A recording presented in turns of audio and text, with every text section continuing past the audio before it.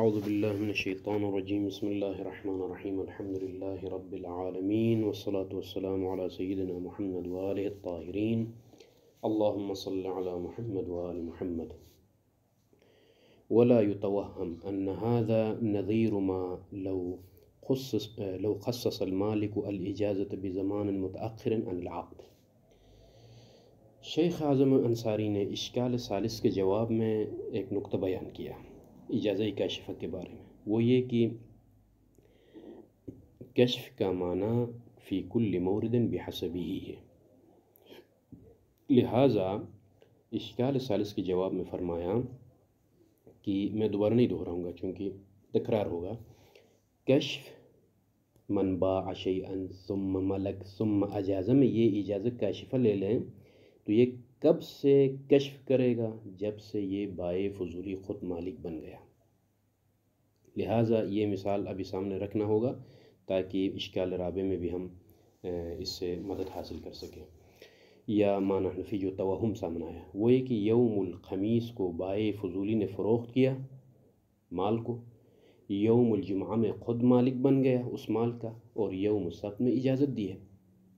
ہم نے کیا کہا وہاں پر ہم نے یہ بیان کیا کہ یہ جو اجازہ ہے یہ کاشفہ ہے، لیکن کاشفہ من حین العقد سے نہیں ہے، من حین العقد سے نقل انتقال نہیں ہوا، اس لیے کہ اجازت دینے والا حین العقد مالک نہیں تھا بلکہ فضولی تھا، یہ یوم الجمعہ میں مالک بن گیا ہے۔ لہٰذا اول امکان ازمنہ نقل انتقال، وہ اول ازمنہ قابلیت نقل کون سا زمان ہے؟ یوم الجمعہ، یوم الجمعہ میں مالک بن گیا ہے۔ تو لہٰذا کشف کا معنی یہاں پر من حین العقد سے نہیں بلکہ کیا ہے؟ متأخر ہے، یعنی کشف من حین الجمعہ سے ہے، جب سے یہ بائع فضولی مالک بن گیا تب سے کاشفہ ہے۔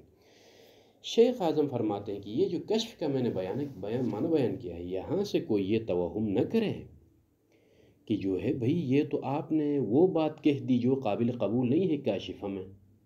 کیا بات قابل قبول نہیں کاشفہ میں؟ مثلا اجازہ کاشفہ جو کہ کشف کرتا ہے کب سے؟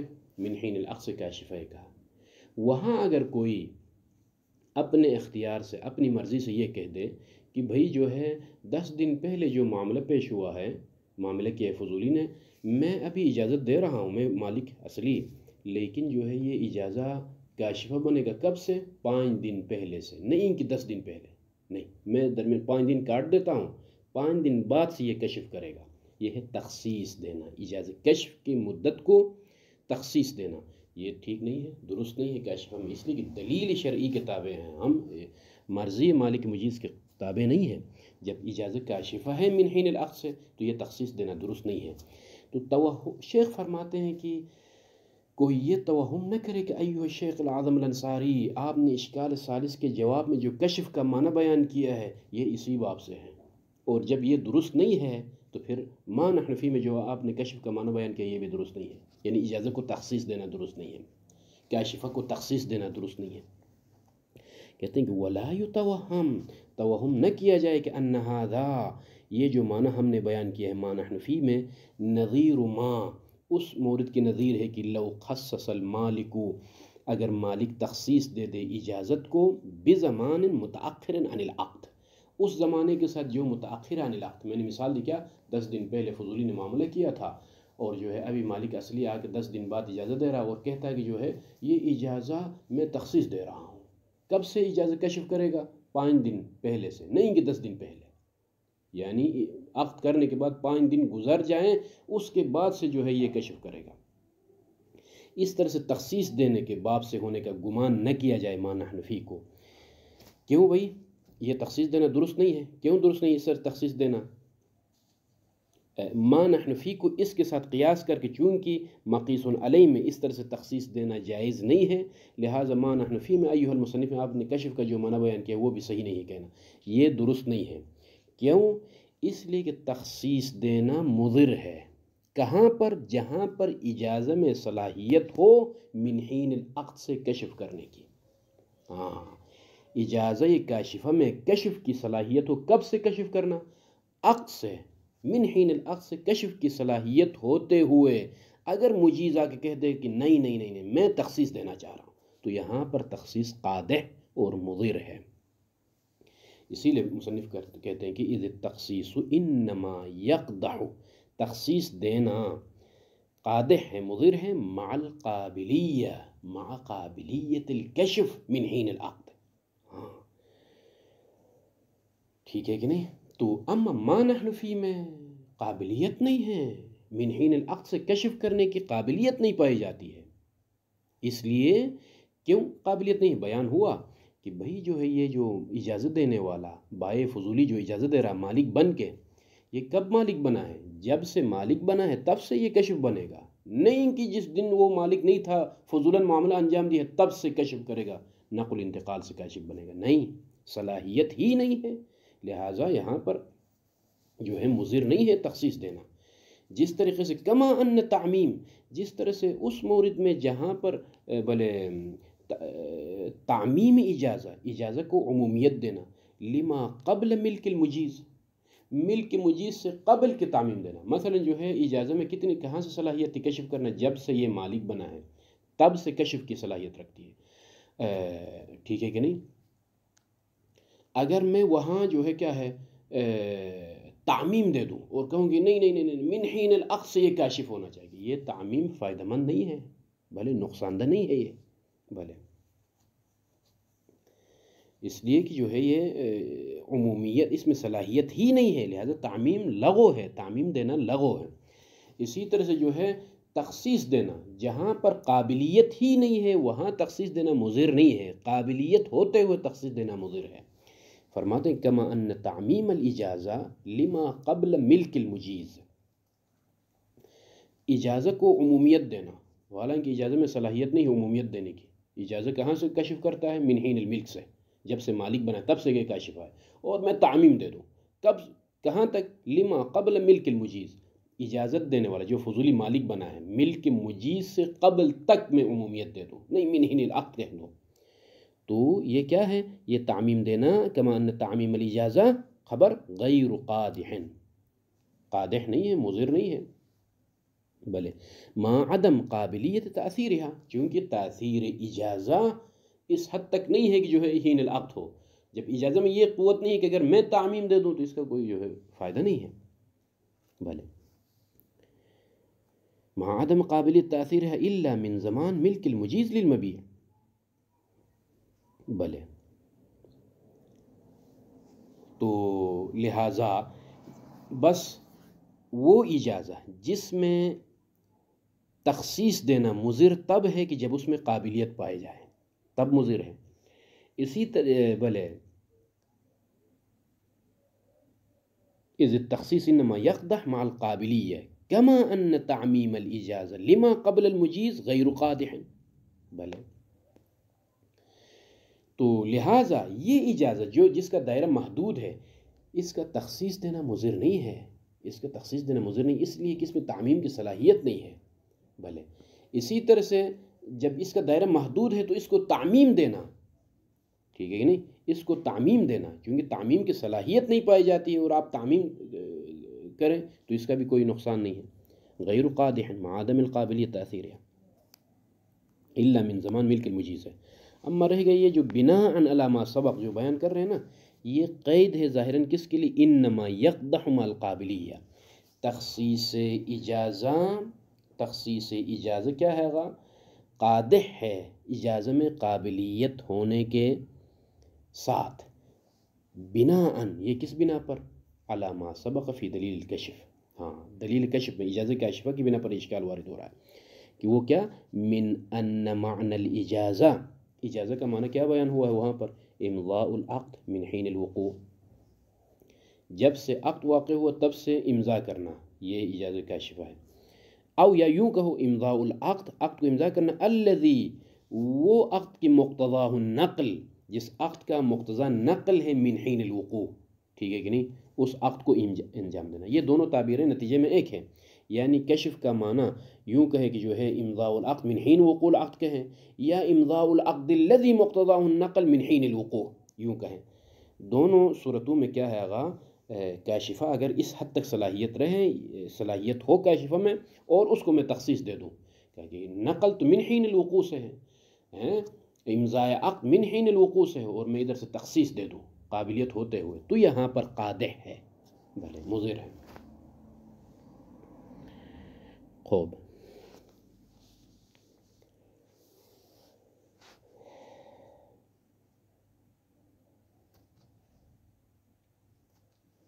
کما یہ اشارہ کرتے ہیں ما نحن فی کی طرف۔ ما نحن فی میں کیا ہے؟ کما ان تعمیم الاجازہ، اجازہ کو اگر میں عمومیت دے دوں، ٹھیک ہے کہ نہیں، عمومیت دے دوں، لما قبل ملک المجیز، ملک مجیز سے قبل تک عمومیت دے دوں، وہاں لیکن اس میں قابلیت نہیں ہے، تو غیر قادح مع عدم قابلیت تاثیرها الا من زمان ملک المجیز، وہ قادح نہیں ہے کیونکہ قابلیت نہیں پائی جاتی ہے۔ بلے خوب، یہ ہے توہم جس کا بیان ہو گیا۔ اب آ جائیں، یہاں تک مطلب تمام ہو گیا۔ اب اشکال رابع کی طرف ہم منتقل ہو رہے ہیں۔ اشکال رابع میں یہ ہے کہ ان العقد الاول، عقد اول کیا ہے؟ چونکہ من باع شیئا ثم ملک ثم اجاز، یہاں دو عقد فرض کریں اس مسئلے میں۔ من باع شیئا یہ عقد اول ہے، فضولی، ثم ملک یہ عقد ثانی ہے، یعنی شرع کے ذریعے سے مالک بن گیا، ثم اجازہ۔ یہاں آ جائے، عقد اول انما صح وترتب علیہ اثرہ، عقد اول صحیح قرار پا گیا اور اس پر اثر مترتب ہو گیا باجازت الفضولی، فضولی کی اجازت سے۔ مثال لیجئے، یوم الخمیس میں بائع فضولی نے فروخت کیا مال کو، ٹھیک ہے، یہ پہلا معاملہ ہو گیا۔ دوسرا معاملہ، یوم الجمعہ کو خود بائع فضولی نے اسی عین کو خرید کر مالک سے مالک بن گیا، مالک اصلی سے خرید کر خود مالک بن گیا۔ خود مالک بننے کے بعد یوم السبت میں اجازت دے رہا ہے، تو یہ جو عقد اول ہے وہ صحیح قرار پا گیا، اور اس پر اثر مترتب کیسے ہوگا؟ باجازت الفضولی، جو فضولی تھا حین العقد، ابھی جو ہے حین الاجازہ مالک بن گیا ہے، اس کی اجازت سے وہ عقد درست قرار پائے گی اور اثر مترتب ہوگا۔ اچھا ٹھیک، وہی، اور یہ جو اجازہ ہے فضولی کی اجازت یوم السبت میں، یہ اجازت کب درست ہوگی؟ متوقف، موقوف ہے اعلی صحت العقد الثانی، یوم الجمعہ میں جو بائع فضولی نے مالک اصلی سے خریدا ہے، یہ خرید و فروخت جو یوم جمعہ میں معاملہ ہوا ہے، اس معاملے کی صحت پر یہ اجازہ موقوف ہے۔ معاملہ صحیح ہو تو یہ بائع فضولی مالک بن جائے گا اور یہ اجازت دے سکے گا، اگر معاملہ درست نہ ہو تو پھر جو ہے بائع فضولی اجازت دینے کا کوئی حق نہیں رکھتا ہے۔ اور اب آ جائیں، یہ اجازت موقوف ہے کس بات پر؟ علی صحت العقد الثانی، جو کہ یوم الجمعہ میں، اور یہ صحت عقد ثانی کس بات پر موقوف ہے؟ المتوقفہ، یہ صحت عقد ثانی جو کہ یوم الجمعہ میں مالک اصلی سے خریدنے کے ذریعے سے بائع فضولی جو مالک بن گیا ہے، یہ صحت عقد ثانی موقوف ہے علی بقاء الملک، علی ملک مالکہ الاصلی، عین کی ملکیت مالک اصلی کے پاس باقی ہو تا ان کی عقد ثانی درست ہو۔ ہاں، عقد ثانی چونکہ یہ بائع فضولی خرید رہا ہے نا، ابھی خرید رہا ہے یوم جمعہ میں، جب خرید رہا ہے تو جو ہے ملکیت اس کی ہو، مالک اصلی کے پاس ملکیت ہوتا ہے کہ اس سے خرید سکے، اگر اس کی ملکیت نہیں ہے تو پھر جو ہے معاملہ درست نہیں ہے۔ خوب، اب آ جائیں، یہ صورت بن گئی، نتیجہ کیا نکلے گا؟ فیکون صحت الاول، عقد اول کا صحیح ہونا، اب اجازت کی وجہ سے صحیح ہو گیا نا عقد اول، اور بھلے، اور عقد اول کی صحت موقوف ہے اجازہ فضولی پر، اور اجازہ فضولی کس پر موقوف ہو گیا؟ صحت عقد ثانی پر، بھلے، صحت عقد ثانی پر۔ خوب، اور صحت عقد ثانی موقوف ہے بقاء ملکیت مالک اصلی پر، ایسی صورت میں فیکون صحت الاول مستلزم بنتا ہے کس چیز کا؟ لکون المال المعین ملکن للمالک، ٹھیک ہے کہ نہیں، ملکن للمالک،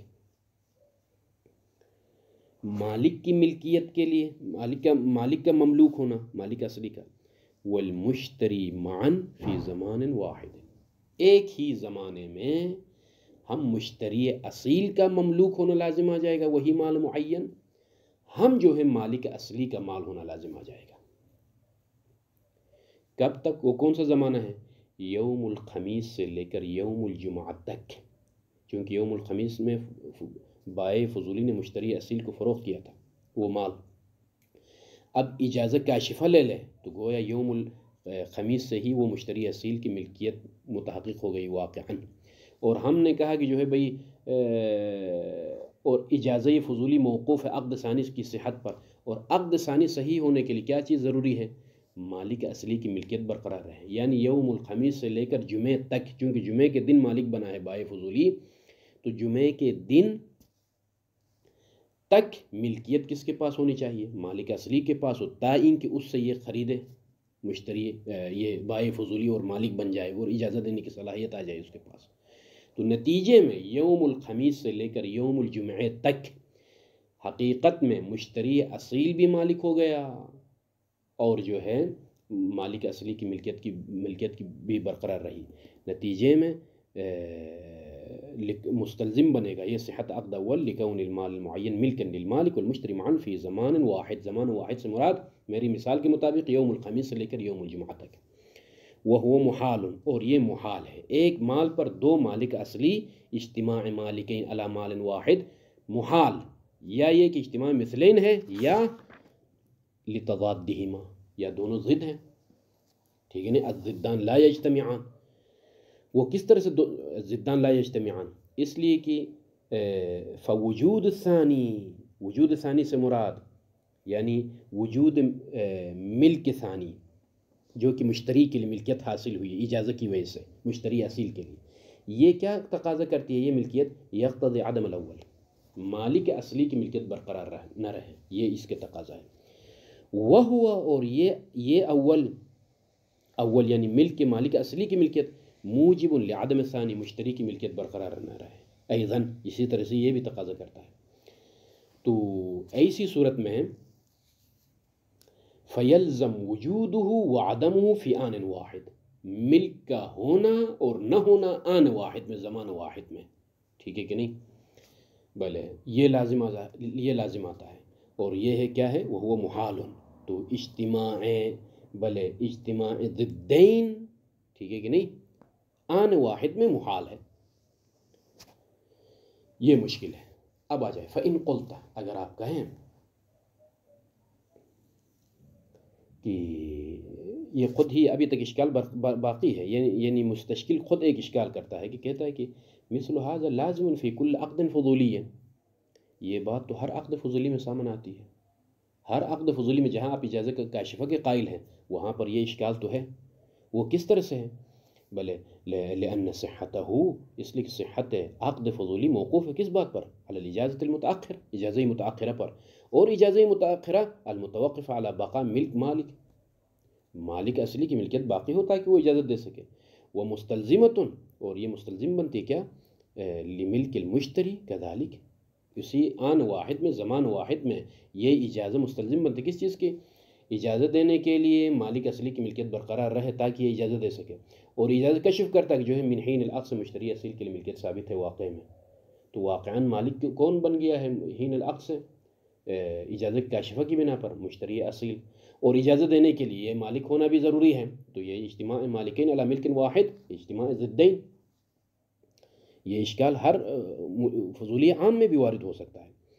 فیلزم کونہ، بلے فیلزم كذلك يعني في نفس الوقت وفي زمان واحد، فيلزم كون المبيع بعد العقد ملك المالك والمشتري معا في آن واحد، فيلزم، یا بس نتیجہ یہ آئے گا کہ اما بطلان عقد الفضولی مطلقاً سرے سے ہی ما نحن فی سب، حتیٰ مالک کے لیے واقع ہو، مالک اجازت دے دیں، باطل ہے کہیں فضولی، او بطلان القول بالکشف، یا اجازہ کاشفہ ہونے کے اجازہ کاشفہ کے قول کو باطل قرار دے دیں۔ فلا اختصاص لهذا الاراد بما نحن فيه، ما نحن فيه کے ساتھ اس اشکال کا خاص نہیں ہے یہ اشکال، بلکہ یہ اشکال سب عمومی، جہاں آپ کاشفہ کے قائل ہیں تمام فضولی کے ابواب میں جاری ہوگا۔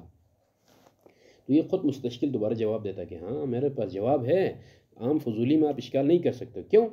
یکفی فی الاجازہ، یکفی فی الاجازت، اجازہ میں کیا کافی ہے؟ بے فضولی میں جو اجازہ کی ہم بات کرتے ہیں، ملک المالک ظاہراً، ملکیت صوری.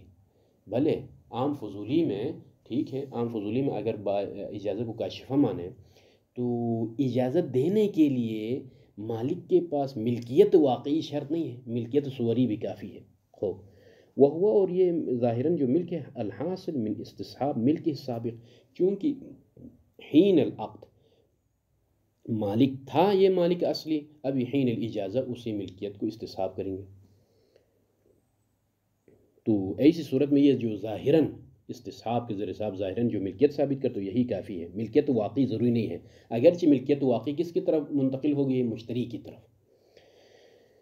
کیوں بھائی؟ لأنہا، اس لیے کہ یہ اجازہ حقیقت میں کیا ہے؟ رفع الید و اسقاط للحق ہے، ہاتھ کو اٹھانا ہے، حق کو ساقط کرنا ہے، کہ حق اجازہ میرے پاس تھا، بھلے حق ملکیت، اس ملکیت سے ہاتھ اٹھانا ہے. اور ملکیت سے ہاتھ اٹھانا اور حق کو ساقط کرنے کے لیے کوئی زیادہ یعنی ملکیت واقعی بھی ضروری ہم قرار نہیں دیتے ہیں وہاں پر، بس یعنی معونہ بسیط سے یہ معاملہ حاصل ہو سکتا ہے. یعنی اپنے حق سے ہاتھ اٹھانا اور حق ساقط کرنے کے لیے زیادہ معونہ کی ضرورت نہیں ہے، یہی ملکیت صوری کافی ہے. لیکن ما نحن فی میں ولا یکفی الملک الصوری فی العقد الثانی، لا بیع الا فی ملک کہا ہے، لہذا بھلے نہیں کہا جا سکتا ہے کہ جو بیع ثانی یہاں متحقق ہو رہی ہے، ما نحن فی من باع شیئا ثم ملک میں جو خرید رہا ہے بائع فضولی مالک اصلی سے، یہاں پر ملکیت صوری کافی نہیں ہے بیع کے لیے، بلکہ ملکیت واقعی ضروری ہے. جب ملکیت واقعی ضروری ہے تو ملکیت واقعی میں پھر مشتری بھی شریک ہوگا اور مالک اصلی بھی شریک ہوگا. اجتماع مالکین فی زمان واحد علی مال واحد لازم آ جائے گا، یہ محال ہے. خوب، اور یہاں پھر یہ توہم نہ کیا جائے کہ بھائی ملکیت واقعی مشتری کے لیے ہو سکتی ہے اور ملکیت ظاہری مالک کے پاس کافی ہے.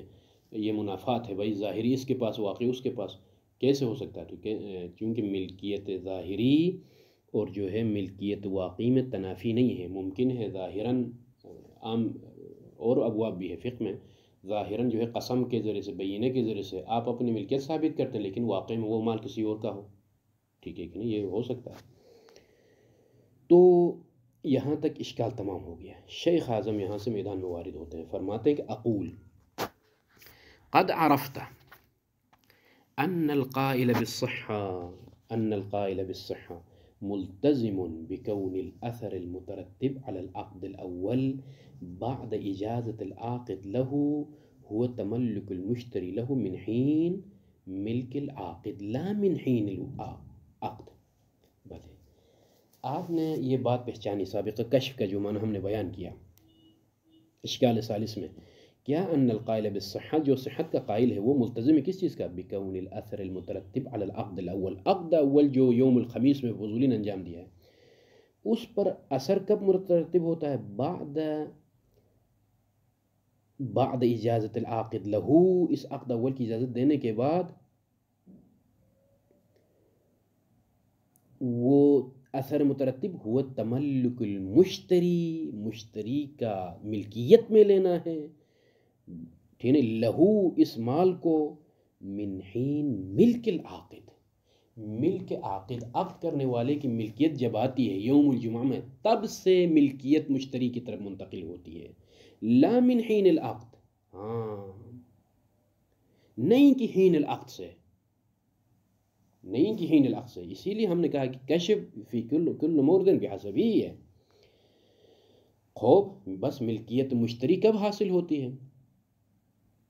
بلے من حین المالک، جب یہ مالک بن جاتا ہے، فضولی بائع فضولی من باع شیئا، یہ خود جب مالک بن جاتا تب سے مشتری اصیل کی طرف ملکیت منتقل ہوتی اجازت کے ذریعے سے. ہاں نہیں کہ شروع عقد سے ہی، تعین کی آپ کا اشکال سامنے آ جائے گی، اجتماع مالکین علی مال واحد. وحینئذ، جب ایسا ہے تو فتوقف اجازت العاقد، عاقد کا اجازہ موقوف ہونا، العاقد الاول جو کہ فضولی ہے، علی صحت العقد الثانی، صحت عقد ثانی پر اس کا اجازہ موقوف ہونا مسلم، یہ بات ٹھیک ہے. یعنی فضولی کا اجازت دینا جو کہ حین العقد فضولی تھا، اب حین الاجازہ جو مالک بن گیا ہے نا، اس کا اجازہ موقوف ہے کس بات پر؟ علی صحت العقد الثانی، عقد ثانی صحیح ہو تاکہ یہ مالک بن سکے اور اجازت دینے کی صلاحیت ہو.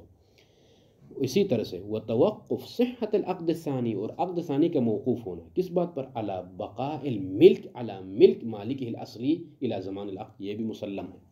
تائیں کہ جو ہے بھلے عقد ثانی درست ہی کب ہوگی؟ جب مالک اصلی کے پاس جو ہے مال باقی ہو، تاکہ یہ ثم ملک باع شیئا ثم ملک شرع کے ذریعے سے کب مالک بنے گا؟ جب خود عین کا مالک مالک اصلی کے پاس ہو تاکہ وہ بیچے اور یہ خریدے. بھلے جب ایسا ہے تو فقولہ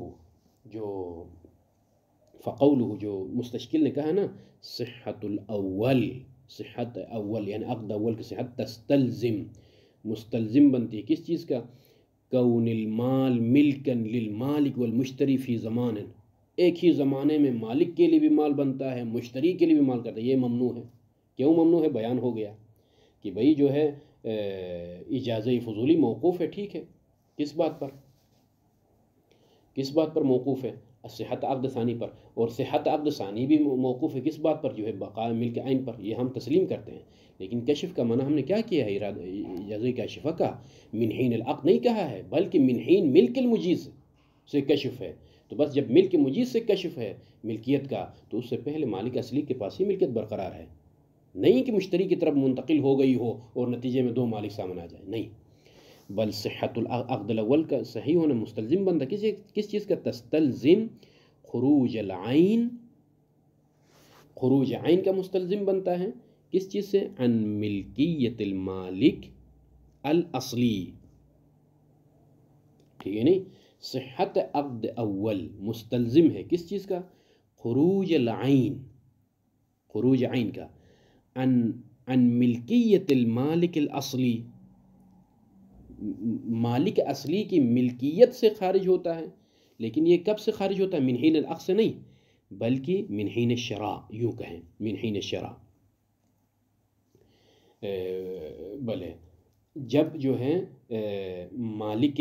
مالک اصلی سے جب یہ بائع فضولی خریدتا ہے تب سے جو ہے مالک اصلی کی ملکیت سے وہ مال خارج ہوتا ہے، یوں کہیں. بلے اس سے اصلی سے مراد یہاں پر وہ اصلی مراد نہیں ہے، یعنی تستلزم خروج العین عن ملکیت المالک، بلے الاصلی سے مراد یعنی جیسا کہ تعلیقہ میں میرے پاس نسخہ ہے نیچے، مثلا جو ہے الفعلی کہیں، المالک الاصلی الفعلی، بلے اس چیز کا مستلزم بنتا ہے. یہ اجازہ کاشفہ ہے. بلے